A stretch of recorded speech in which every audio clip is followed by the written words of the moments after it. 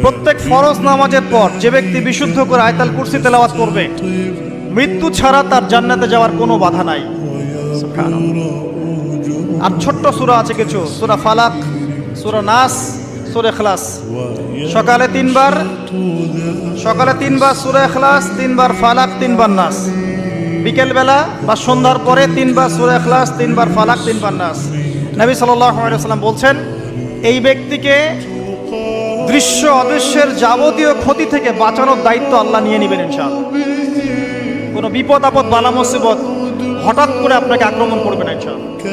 প্রত্যেক ফরজ নামাজের পর যে ব্যক্তি বিশুদ্ধ করে আয়াতুল কুরসি তেলাওয়াত করবে, মৃত্যু ছাড়া তার জান্নাতে যাওয়ার কোনো বাধা নাই।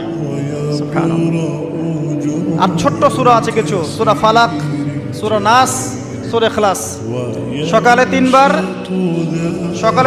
সূরা ইখলাস, তিনবার ফালাক, তিনবার নাস। বিকেলবেলা বা সন্ধ্যার পরে তিনবার সূরা ইখলাস, তিনবার ফালাক, তিনবার নাস। নবী সাল্লাল্লাহু আলাইহি ওয়াসাল্লাম বলছেন, এই ব্যক্তিকে দৃশ্য অদৃশ্যের যাবতীয় ক্ষতি থেকে বাঁচানোর দায়িত্ব আল্লাহ নিয়ে নেবেন ইনশাআল্লাহ।